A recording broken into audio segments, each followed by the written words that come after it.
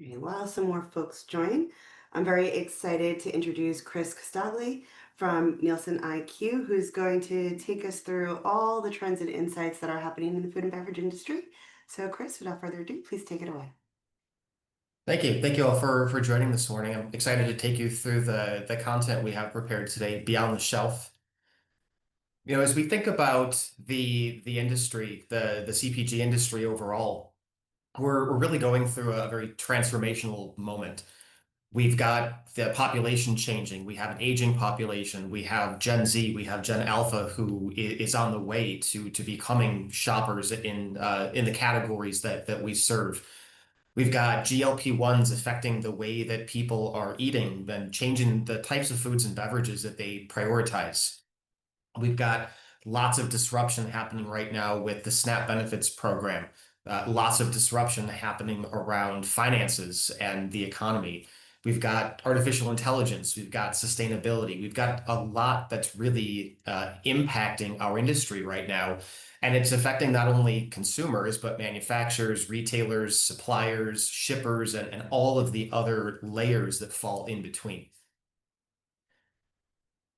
If we stop and think about where the shopper is today, the shopper is concerned. It's certainly inflation is something that is weighing heavily on consumers. And over the course of 2025, I've talked to consumers every single month. I've wanted to understand how some of these trends are changing, how their feelings and perceptions have evolved as the year has gone on. And one of the things that I've seen is that shoppers feel pressure. They feel that they're under extreme pressure. As of September, around 58% told me that they are extremely concerned about the way that food prices continue to increase. And that's up slightly from earlier this year when we were about 55% back in January. So we're not seeing that concern over food cost inflation go the direction that we want it to go. We see that consumers are certainly worried about this. And that makes a lot of sense. I mean, think about when you go to the shelf and you're looking at the products on the shelf, consumers are seeing that food and beverage costs more today than it did previously. And when we look through some of the data assets that we have that go back a decade, we can certainly see the way that food and beverage prices have trended. We were of course seeing food price growth in the pre-2020 years, but what we've seen happen with base unit prices across the food and beverage industry is that in the years following 2020, prices have really taken off significantly. And that's causing a lot of that worry, that concern that I showed on the previous page. Shoppers are feeling that sticker shock when they go to the store and they're ultimately making their purchase decisions. I usually think about value in terms of this equation. I think about value as the price of a product, but the justification for that price also comes into play. So as we think about the way that prices have changed over the last several years, the equation that's going through the consumer's mind is changing. If you think back when prices were lower, we didn't have all of the inflation that we have that brought prices where they are currently. You had this idea of value. You were buying the products, you were paying the price that they were, and you were seeing the justification in terms of the benefits that those products offered you. And where you felt that the value was balanced or you felt that you were getting really good value from the product, that made a lot of sense from a purchase decision standpoint. When we think about where we are today with prices going up, we haven't necessarily seen that justification for price side of the equation follow suit. Think about the way that manufacturers have downsized, shrinkflation of their products over the past couple of years. Changes in terms of the packaging, maybe lower cost packaging, changes in terms of the ingredients, lower cost inputs to ultimately bring down the cost that the manufacturer absorbs. All of those things have really eroded away that value that consumers are extracting from the product today. So what we're seeing shoppers do is take action. They're looking for sales, they're looking for deals more often than they used to. They're cutting back on products that weren't essentials. They're switching to private labels. They're even switching where they're shopping. You have some consumers that really value truly low price per unit items. Those shoppers are moving into the dollar channel today. That's the channel that's giving them the value that they're looking for. Where on the other hand, you have consumers that really value volume. They're looking for those higher unit priced items that come with a volume efficiency. We see those shoppers leaning into the club channel for that reason. So we're certainly seeing consumers look at the math, look at this value equation that they run through their head when they decide to make a purchase, and they are making choices at the shelf. They're making choices about what store shelf they visit, and that's having a huge impact on our industry overall. One thing that's interesting is that we are seeing this return to more conscious buying. So this is looking at products that have claims around environmental sustainability, packaging sustainability, animal welfare, and overall social responsibility. And what we can see back in 2022, 2023, even 2024, we saw the growth of a lot of these claims across the food and beverage space pull back. We didn't see that high growth. And that was really being driven by the high inflation that really reared its head at that time. And we know prices are still high today. We know that food and beverage prices continue to increase today, but we're seeing that there is a return to growth in these claims, whether it's environmental sustainability, animal welfare, even social responsibility. I think what part of this is tied to is the fact that consumers are starting to see the connection between a lot of the environmental crises that are happening and their personal health. Actually, 58% believe that, as you think about climate change, as you think about pollution, they believe that those are direct threats to not only their current well-being, but also their future well-being. So I think that's part of the reason that we're seeing this return to this more conscious buying, despite the fact that inflation is still here, despite the fact that food and beverage prices continue to increase. It's this connection to my overall well-being that's really driving consumers to lean into those types of products. Similarly, we're seeing the same sorts of trends with NIQ's better for characteristic.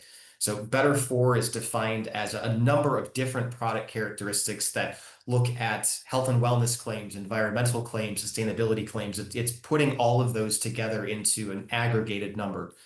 And what we can see again, if we look back in time, if we look inside the box on the slide here, when inflation really started to increase and was really high back in 2022, 2023, we saw that better for food and beverage products weren't growing at the rate that they had been. They took a back seat to food and beverage overall. That meant that consumers were choosing other products, lower cost products that weren't necessarily better for you. They were what was affordable at the time.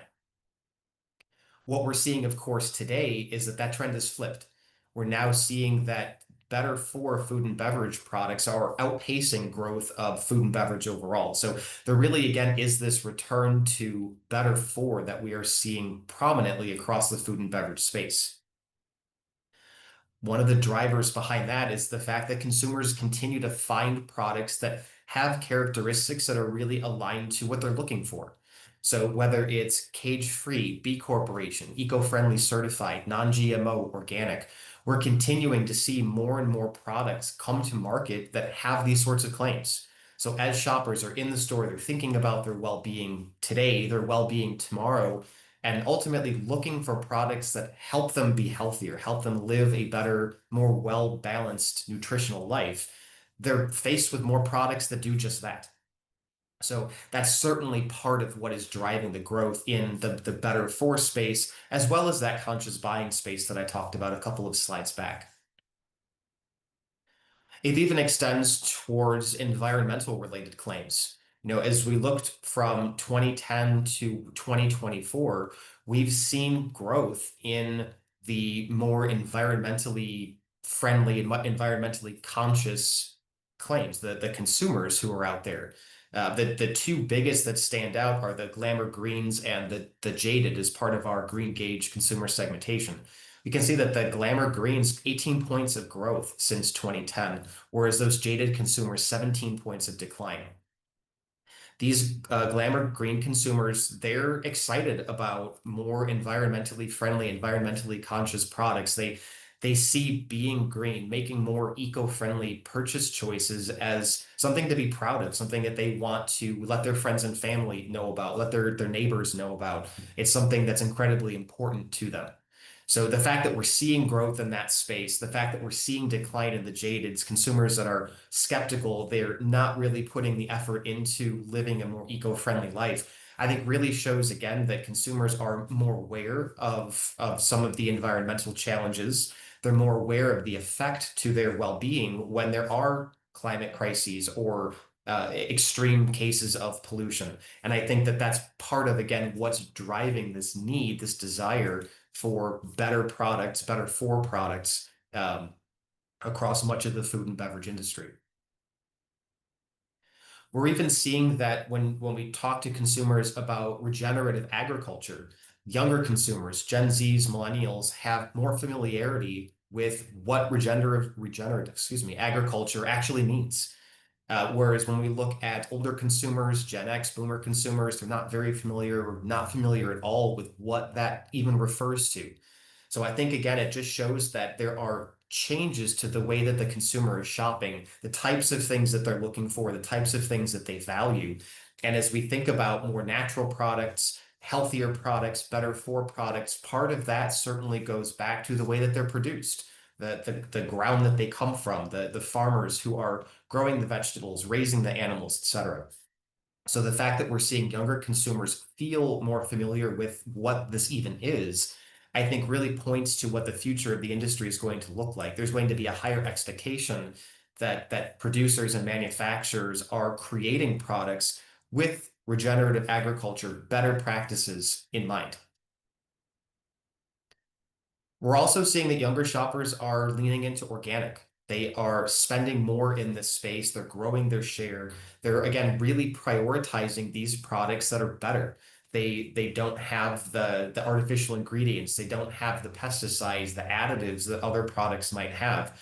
And we're certainly seeing that that is part of the reason that organic is growing with this younger consumer. But I think it's also important for us to recognize that as you look across generations, there are some unique priorities that each generation has, and there's some overlapping priorities. The overlapping priorities are things that, of course, transcend. They're important today, they'll be important tomorrow.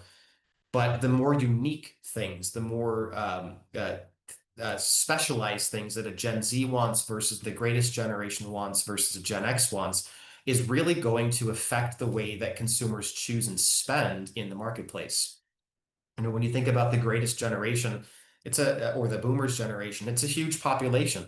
Boomers are getting older, they're retiring, they're entering those years where what they're looking for from a product is really about extending their longevity. It's making sure that their heart is in a healthy condition, that their joints are in good condition, that they'll be able to live a long period of time as a boomer in the United States.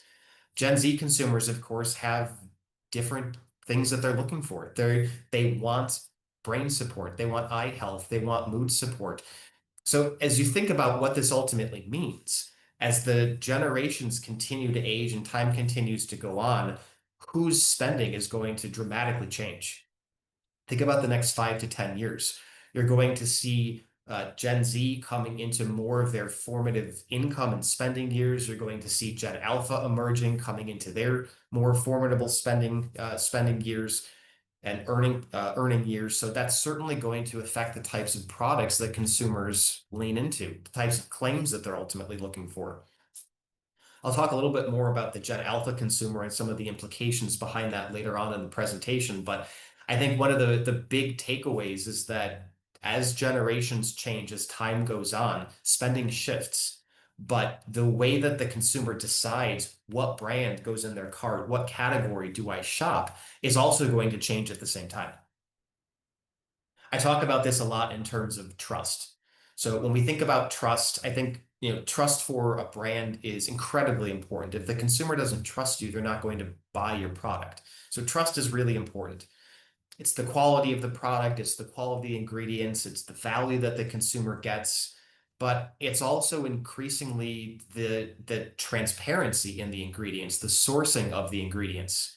And why that really matters, if we take this back to a generational lens, for a Gen Z consumer, the fact that your brand, your company has been around for 100 years, 200 years, doesn't really make as big of a difference to them. They are much less moved by your brand's reputation, your brand's history, your brand's longevity. They want to see that you're an ethical company. They want to see that you're innovating for them. You're innovating in a way that's relevant to them. You're innovating in a way that aligns with their values around better for, around sustainability. They want to see that your products have the right endorsements. It's not just you saying your product is great. It's endorsements from credentialed people who matter to the Gen Z consumer saying, this is a really good product. The ingredients in this product are really good. For an older consumer, it's very much the opposite. A boomer consumer is going to lend you more trust because of the history your company has, because you've been in business for a long time. They're not as moved by innovations. They're not as moved by those sorts of endorsements. So as you think about that change in the consumer, the change in who is going to be spending in the marketplace, if you're a manufacturer that's resting on the fact that you've been in business for 50 years or 75 years, but you're not thinking about ethical practices, you're not thinking about innovations, those endorsements from the right credentialed people who matter to the next consumer, you're missing the boat. When we think about trust, trust is something that can really erode quickly. And of course, the things that you would expect are at the top of the list. Poor quality, poor performance of a product. But we're also seeing that if you increase the price of a product without improving the product, if you downsize the product, if you shrink the product, if you do things that go back to that value equation, that math that I talked about at the beginning, you shrink that justification down while growing that price. Those are things that cost you trust with the consumer. But we're seeing that transparency around ingredient sourcing, artificial ingredients are increasingly becoming drivers of trust, but also drivers of things that erode trust in the consumer's mind as well. I talked to consumers a couple of months ago, and I wanted to understand, just how important is brand trust to your purchase decisions. And around 41% of those that I talked to came back and said, we've actually stopped buying a brand because we lost trust in it. Something happened and it cost me the relationship with that brand. 72% of consumers said that they would stop buying a brand if something happened that cost them that trust with the brand that they're currently buying. So trust is incredibly important. I think it's one of the most important assets that a brand has. I went a little bit further with those who said, yes, I have stopped buying a brand because I lost trust. And I wanted to understand to that consumer, what does good value actually look like? And you can see here, it's very clear. It's a product that leans in to a lot of these better for type product claims, whether it's sustainability or organic, non-GMO, supporting those sorts of lifestyle choices, having something that feels more homemade, not something that's ultra processed, something that's clear about what the ingredients are, what the sourcing of those ingredients are. Those are all things that a person who's lost trust say this is what good value looks like. So I think it's incredibly important as we think about the future. Ingredient transparency is really front and center. Ingredient sourcing is really front and center as the consumer is making purchase decisions. I don't think it's surprising to see that large food brands have the most trust out there in the marketplace. They're large brands. They've been around, they're household names. They have larger marketing and communications budgets. They're out there able to talk to and influence more consumers. So I don't find it surprising that large brands have the most trust. What I do find interesting, though, is if you look at the way that small emerging brands and even private label have trust with different consumer groups, I think, again, it really points to what the future of our industry is going to look like. Gen Z, millennial, much more likely to put high trust in a smaller emerging brand. They're even more likely to put trust into a private label compared to a Gen X or a boomer consumer. So as again, you think about the future of what this looks like, focusing on better for, focusing on conscious purchasing, focusing on those small brands where they're doing some really interesting things. They're really focused on bringing some of those better products, better characteristics to market. That's already aligning with what the Gen Z and millennial consumer is looking for. So if you take that back to the way that spending patterns are shifting, the way that the Gen Z purchasing power continues to increase as more Gen Z households are formed and they move into their more high earning potential years, those emerging brands and even private label are certainly poised to benefit in the space. It's also important that we recognize small brands are really focusing on better for. If you look at the share of sales that are contributed by better for products across the manufacturers of different sizes here, large brands are only getting about 7% from better for products. Look at emerging, 25%, small brands, 28%. And we're seeing strong growth. I mean, if you look at a 4-year compounded annual growth rate, small brands who are getting 28% of their sales from better for products are seeing those product lines grow at a little over 10%. So again, it just really to underscore the importance of better for and the importance of the investment and the innovation that smaller, emerging, and even medium, in this case, manufacturers are putting in this space. As we think about where we are, we know that the new administration is putting a lot of focus on ingredients, a lot of focus on ultra processed foods. So as we think about the smaller, the medium, those emerging brands really leaning into better for, they're already very well aligned to the food and beverage, the ingredient processing directives that our country is following or moving towards at this point. They're already in a position where their products aren't as ultra processed. They have more natural ingredients. They have fewer artificial colors, artificial dyes, preservatives, sweeteners, etc. So again, as we look to the future, we look at the way that the administration is changing what we're eating, the ingredients that go into the foods and beverages that we're consuming. Again, I think we're seeing this trend towards what the next consumer is already really interested in today. We know that regulatory changes are really happening quickly. We saw a lot happen around artificial colors this past year. If you've been following this, red dye 3 was officially banned in 2025. It goes into effect for food and beverage products in 2027 and over-the-counter medications for 2028. One thing I think is really interesting about red dye 3 specifically is that it was actually banned from beauty products back in the 90s. So it's interesting that we haven't been able to put a product with red dye 3 on our skin since the 90s, but we've been able to put it inside of our bodies. Now that, of course, is changing and it's forcing manufacturers to think about their product formulations, but that's just one color. You have red dye 40, blue dyes, yellow dyes, green dyes, orange dyes, and all kinds of other artificial additives that are in products today.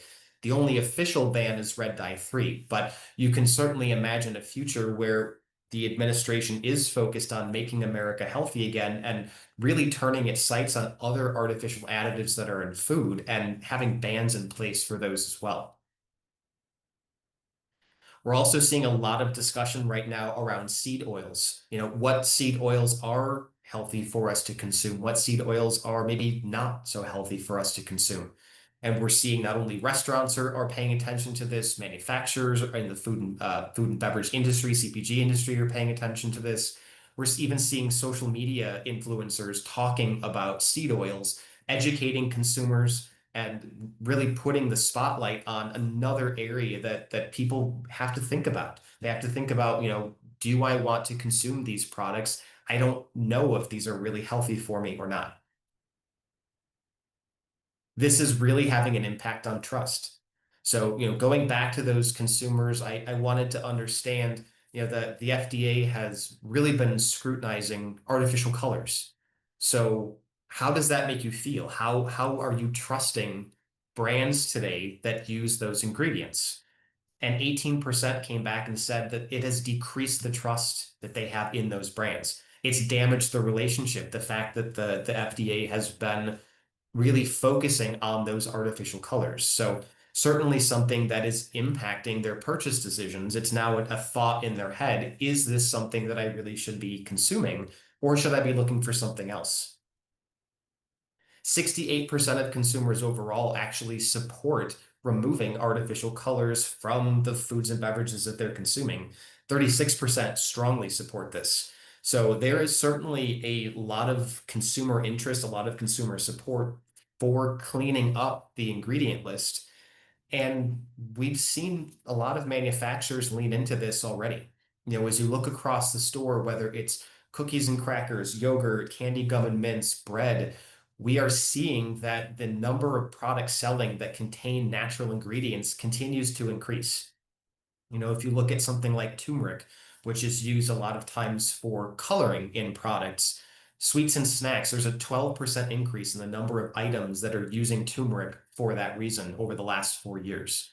So, as consumers focus on better products, as consumers focus on avoiding a lot of those artificial ingredients, as the administration is focusing and scrutinizing artificial ingredients, we're already seeing manufacturers in this space trying to clean up their ingredient lists and put better products on the shelf for consumers to choose from.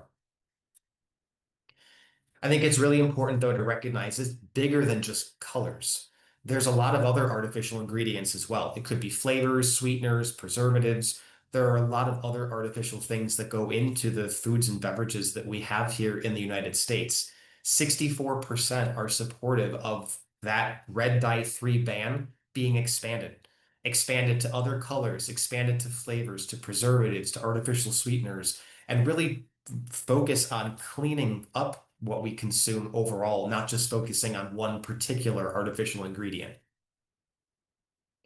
So the message to manufacturers really boils down to inform, educate, and empower.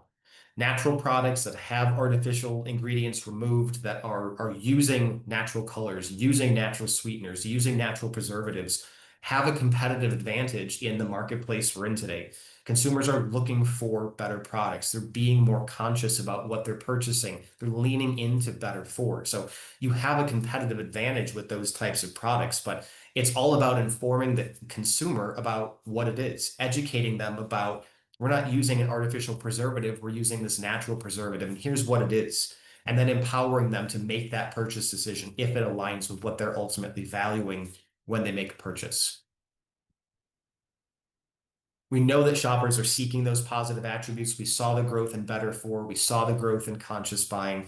If we look at the breakfast meal occasion, for example, we know that nutritional goals, those positive attributes around protein, lower sugar, fiber, are driving consumers to make the breakfast choices that they're ultimately making. They're choosing the product that has high protein. They're choosing the product that's heart healthy. But I think the reality of it is when it comes to comparing nutrition labels, that can feel overwhelming for a consumer. I just picking on 3 products here. You could do this with any products across the store, but when you start to compare the labels, ignore the numbers, look at the colors. They all have some green, they all have some yellow, they all have some red. Which is the best one? It can start to feel overwhelming for the consumer. You don't know if I really want the best product that's out there. How do I pick? How do I sift through everything that's on the shelf and truly align on the product that is the healthiest, that has the most benefits, that has the most natural ingredients? We know people are paying attention. We're all shoppers. We all look at labels. We all look at ingredient panels. We all look at the claims that products have on their packaging. But what we're increasingly seeing, especially with younger consumers, is that they're looking for more help. It's not just about reading the label. It's not just about looking for claims or looking for certifications. It's actually going on the website, the manufacturer's website or the retailer's website, and doing some research. It's seeing what social media is saying about a product. There are all kinds of influencers out there who are showing consumers the raw ingredients that go into products. And they're talking about, look at how much sugar is in this. Look at how much high fructose corn syrup is in that. They're unmasking what the product is for the consumer.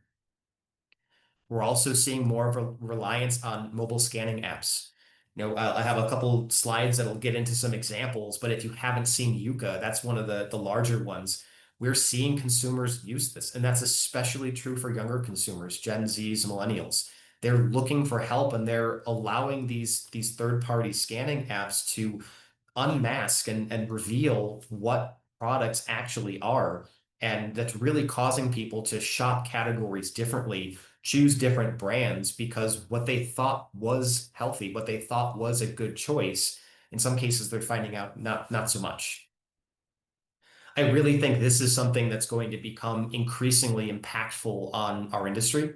I was trying to think of a good way to show this, but it made me think of the Wizard of Oz. But the technology to me really reveals what's behind the curtain.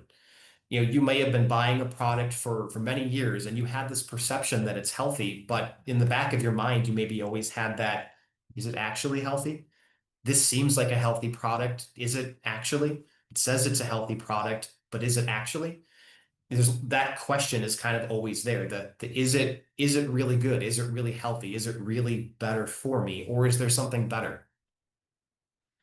I'm again picking on just one brand here. You could do this on any brand across the store, but what I think is powerful about these sorts of third-party scanning apps is that it tells you exactly what the product is. It gives it a score out of 100. In this particular case, a 5 out of 100. It tells you the negatives, it tells you the positives. And you can click and you can get even more information. So it says it's negative. There's 7 additives that are in this product. 4 of them are high risk. And if we click into what those are, it tells you exactly what the high risk additives are and exactly what the potential risk is to you as the consumer. I think what's equally powerful is that not only does the product tell you, or the app rather, tell you what the product is, it also gives you recommendations for healthier options that are similar but score better. You know, if you compare here the Sour Patch Kids with a 5 out of 100 or the Joyride getting a 72 out of 100, if you are a consumer that's looking for a better product, a better for product, a healthier product, 72 out of 100 certainly sounds better than 5 out of 100. So this is influencing the types of products that consumers ultimately put in their carts. They're using this and saying, I thought this was healthy. It's not. But here's something that scores much better. It's changing the brands that they buy. It's changing the way that they engage categories that they're maybe shopping in and have been shopping in for their entire lives. I think natural products have a real opportunity here. Products that have better ingredients, cleaner ingredients, more transparent ingredients stand up to that scan test. If you take a product that truly is clean, that truly has natural ingredients, and you scan it with one of those third-party apps, you're going to get a strong score. And that's something that's going to build trust with the consumer who's using that app because they maybe don't trust products overall. Your product passes that scan test. That is a way to reassure the consumer that they are, in fact, making healthier choices, but that you as a brand stand for better products and that you're out there in the marketplace with better products. And the app just reinforces the fact that you truly are a better for product in a category that's likely filled with a lot of other options that don't score as high. While these sorts of apps can be used to build trust, they can also completely break it. For those consumers that are using these apps that understand now that this product that I thought was healthy, this product that I thought had natural ingredients or clean labels or clean ingredients actually doesn't, that has a huge impact on their trust with those products and the trust with those brands. It feels like they've been misled. It feels like the advertising was deceptive. When they see those artificial ingredients, the negative impact that those can have, the lack of transparency that brands have, this is something that really causes them to rethink the relationship that they have, not only with those products, but with the brand overall. I think it's also important to recognize it's not just the third-party apps that are giving that shopper a view into what's behind the curtain. You know, this is a screenshot from Kroger. Kroger is adding food health scores to their website. So if you, the consumer, go and you're filling your online shopping basket on Kroger's webpage, you will see food health scores and similarly recommendations for higher scoring products right there on their website. So the retailer is also helping consumers choose those better for products if that's something that's important to them, if that's something that they value.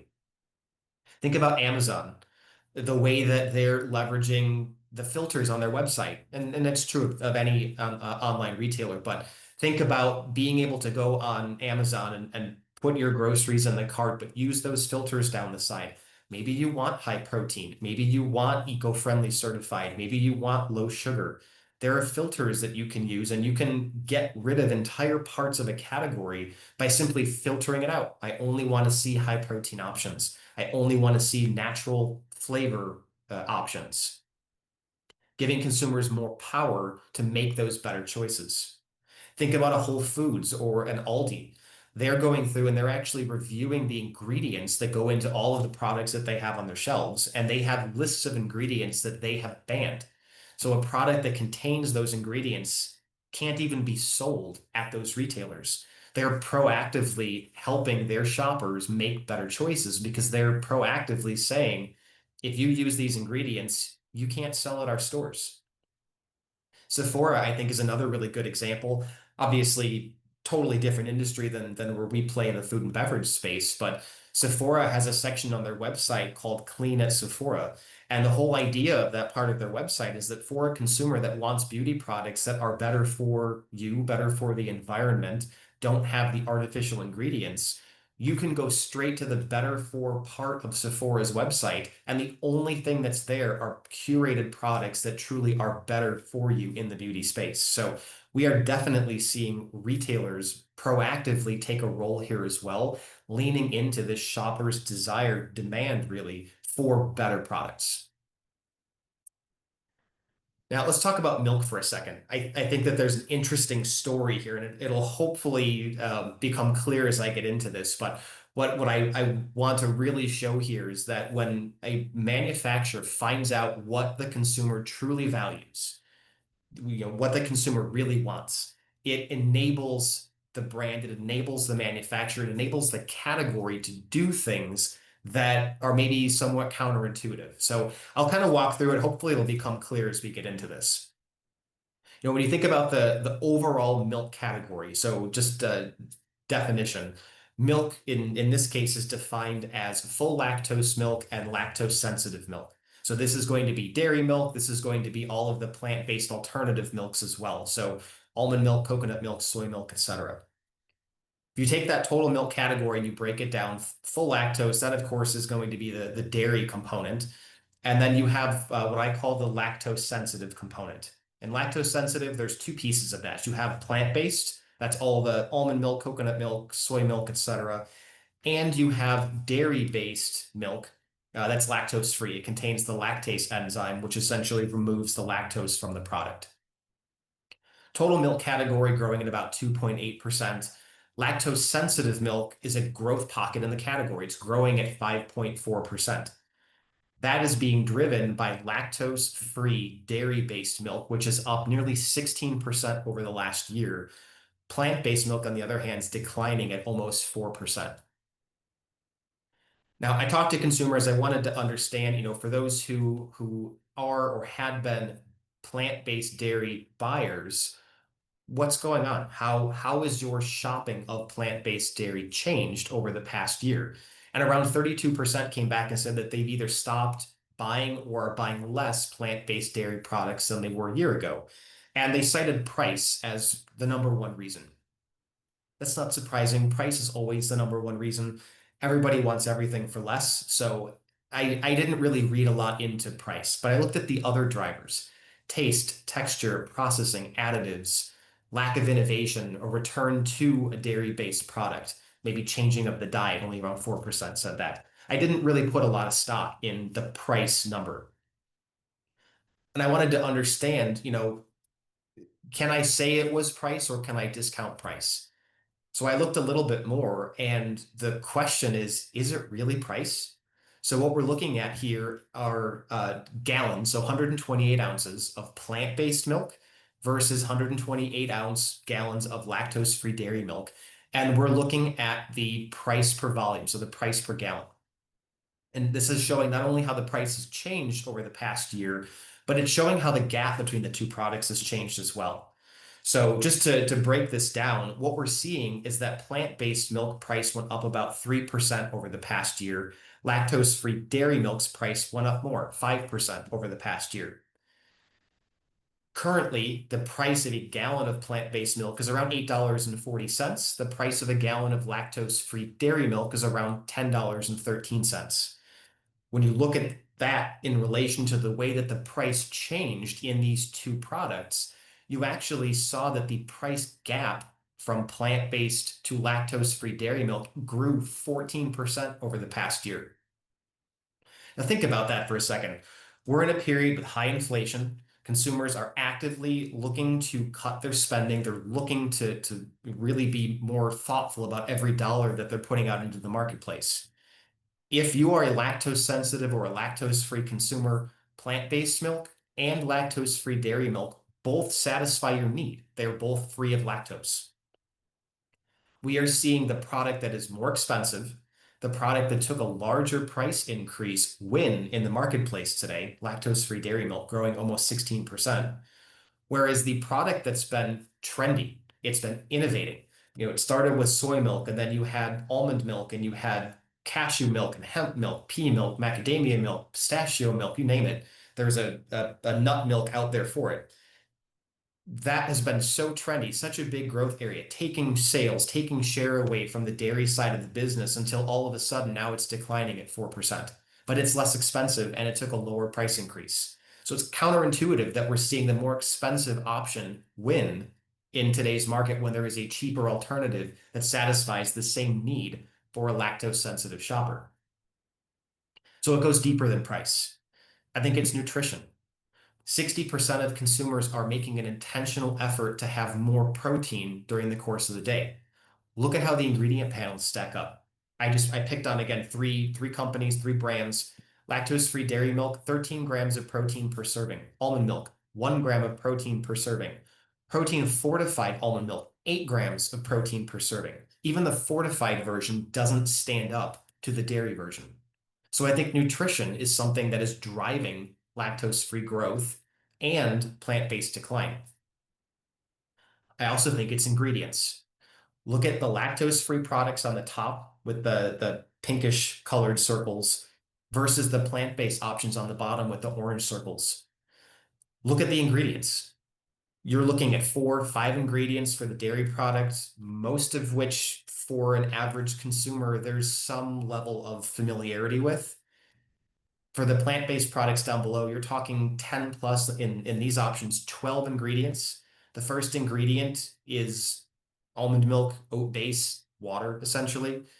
And there's a lot of things in here that the average consumer is going to be unfamiliar with.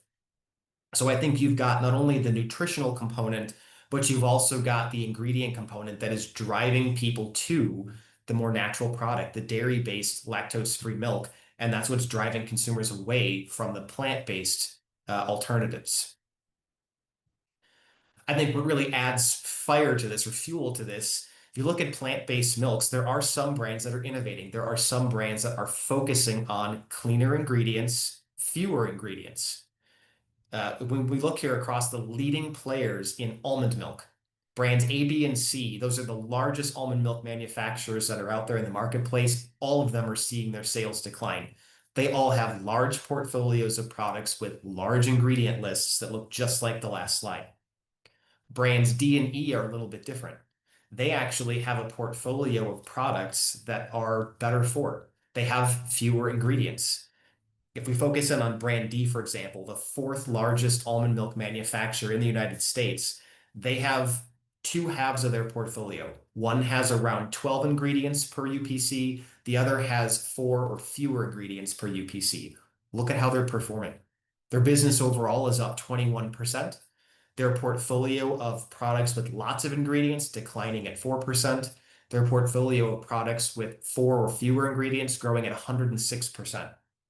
So while plant-based milk is struggling with nutrition, while it's struggling with ingredients, those manufacturers that are focusing on ingredients, cleaning up their panels, having fewer ingredients in the product, they're still performing out there in the marketplace. I think that underscores the importance of ingredients, transparency, and nutrition.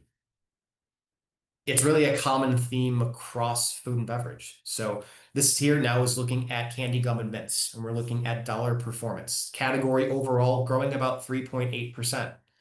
Candy, gum, and mints that are free of artificial colors are growing at 9.6%. Free of red dye 3 growing at 5.1%. And candy, gum, and mints with red dye 3 declining 6.6%. was talking to a major candy manufacturer, and they said, "Well, Chris, that makes sense. We know that the red dye 3 ban is coming, and manufacturers are reformulating. They're changing the ingredient makeup of their products, and they're taking red dye 3 out. So it's not surprising that we see candy containing red dye number 3 declining in sales." To that point, we also see the number of UPCs down about 4.8%. Of course, that's what's driving the decline. So I looked into it a little bit further, and it's not. When you look at what that driver is, manufacturers proactively changing their UPCs, taking products off the shelf and putting better for options that don't contain that red dye 3 as an ingredient, that only accounted for $7.4 million of the overall decline in candy gum and mints that contain red dye 3. We actually saw that there were nearly $30 million of new products launched in candy gum and mints that have red dye 3 as an ingredient. The driver of that decline was that the existing products on the shelf fell $67 million because consumers consciously chose to not buy them. They consciously chose to buy something else. It's not the fact that manufacturers are cleaning up the ingredient list proactively. It's that consumers are proactively walking away from those products. That's important because, when you look at the food health score that the average American gets, we get an F. Food Health Co. and NIQ just partnered up on this research and went through and looked at what goes into the basket for the average American. And what collectively was found is that around 60% of the foods that we're consuming fall into that yellow and red zone. So we as a country get an F overall on the quality, the food health scores for what we're ultimately purchasing. Products with those more natural ingredients, we're seeing those parts of the store perform. Whether it's bakery, deli, frozen, the meat department, we are seeing those parts of the store grow at a faster pace than the departments overall. And it's not really restricted to any specific dimension of natural. It could be natural flavors, natural colors, sweeteners, preservatives. We are seeing products that lean in on natural outperform their counterparts within the same categories. So as we think about what this means for the future, I think it's important to recognize that what people grow up with shapes what they choose tomorrow. So think about the Gen Alpha consumer who's growing up today and they're experiencing products that are being chosen by their parents. That forms the basis, the foundation for the types of choices that they're going to make in the future once they're in a position to actually go out and fill their own carts. I did some research earlier this year focusing on snacks, and I wanted to understand for Gen Alpha consumers, Gen Alpha parents, what's important to you when you're going out and you're buying snacks for your kids. It's natural ingredients, it's high protein, it's low sugar, it's no artificial additives, preservatives, not ultra processed, clean labels, gluten-free, nut-free. These are the types of things that Gen Alpha parents are putting a lot of priority on when they're thinking about the snacks that they're buying for their kids. So for a Gen Alpha kid, you're growing up with natural ingredients, you're growing up with high protein, you're growing up with gluten-free or nut-free. So when you go out into the marketplace and you're in those years where you're making your own purchase decisions, you've already been influenced by this. You have a higher expectation for what those products are going to be in the future.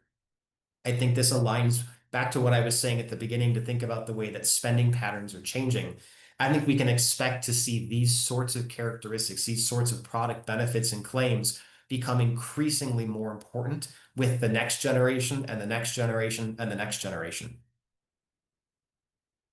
So as you think about what the next move is, there's really three things. I think number one is really prioritizing the ingredient transparency, really prioritizing clean labels. It's a way to build trust with the consumer. It's a way to align with what they're ultimately valuing from the products that they're purchasing today.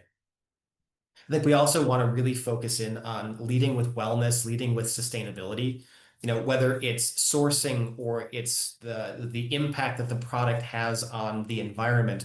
We know that younger consumers are valuing these sorts of innovations. So as you think about what comes next in terms of your product portfolio, really understand what your younger consumer is ultimately looking for. And then finally, the last is all around education and empowering your consumer. We want to make sure that they can find the ingredients that they're looking for, that it's accessible to them, and that they can feel confident and informed in the choices that they're ultimately making. So thank you again. I know we're right up here at time. I don't know if we have any questions that came through, but I'm happy to stay on for a few minutes. I know there's another session that's about to start in about 10 minutes. I think we have plenty of time. Does anyone have any questions for Chris? Excuse me. I actually do have one here. So, November SNAP payments still have not fully gone out. How is that impacting the industry? That's a good question. Actually, as it turns out, I have a large Snap piece that I'm going to hit publish on later today. So I'll make sure that that all of that material is shared so that you have it as well. But when you think about the Snap consumer, they're certainly a financially strained consumer, but they're an important consumer to our industry. Over the course of a year, Snap consumers are contributing somewhere around 245 billion to the CPG industry. And we're at a point right now where some Snap participants have gotten a partial payment, some have gotten a full payment, some have gotten no payment. It sounds like with the government reopening, payments might be going out in the next couple of days in full for these households. But I think what really struck me as I was doing this research that's coming out later today was that only around 39% of those on Snap can meet their basic needs for up to 7 days. We're now on day, what is this? We're now on day 13. So 39% of people could only last up to 7 days. And I mean, within that, there's certainly people that could last 3 days. But 39% up to 7 days. So what that means, day 13, that means people are running out of food. They're skipping meals. They're having to make really difficult choices to be able to provide for themselves and their families. And it's not one category or one industry or one meal occasion that feels that, whether it's breakfast, lunch, dinner, snacking. It's something that hits every single meal occasion. From what I recall, the most affected was snacking. Around 47% of Snap users said that would be the type of food and beverage moment that they would really focus on cutting back on. What's interesting, so I mentioned the Food Health Co. and NIQ partnership and the report that just came out. There's this idea that SNAP benefits enable consumers to buy junk food. We're able to use those benefits to buy stuff that isn't so healthy. I think what we saw was that overall, Americans are getting an F when it comes to their food health scores. But what we actually found with this research is that SNAP households actually score 2.4% better on food health scores than non-SNAP. They're still getting an F2, don't get me wrong, but their score is actually higher.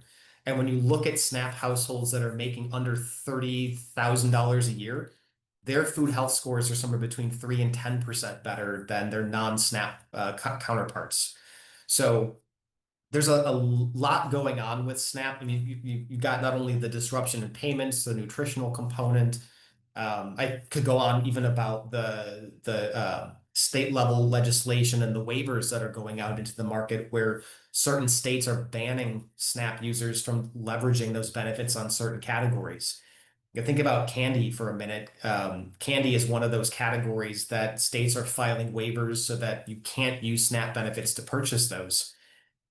If you look at just the states that have active waivers in place, that's $800 million of candy sales that are potentially at risk because of those waivers.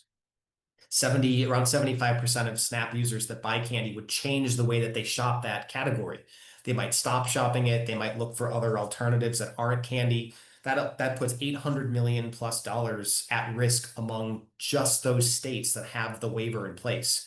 If you expand that to the entire country, you're talking $4 billion in risk just to the candy category because of those SNAP waivers. So there's a lot going on in this space, not only from a nutritional perspective, from regulatory perspective, a legislative perspective.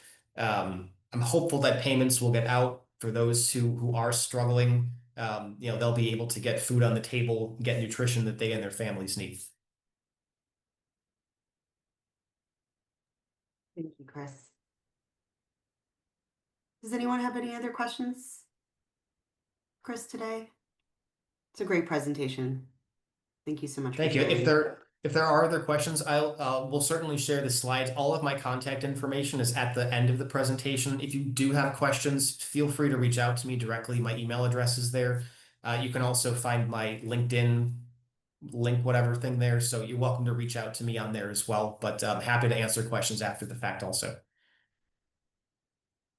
Much appreciated.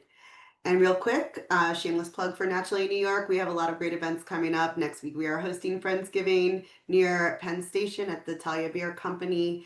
And of course, the Holiday Bazaar is coming up, which is our biggest event of the year. So if you're interested in exhibiting in our marketplace, please fill out that application. That deadline is tomorrow. And for a limited time, you can receive $15 off both your tickets if you'd like to grab a holiday pass and attend both events. I want to thank everyone for joining us today. We will share all of this information following the call, and we look forward to seeing you again soon. Thank you all. Thank you. Have a good day.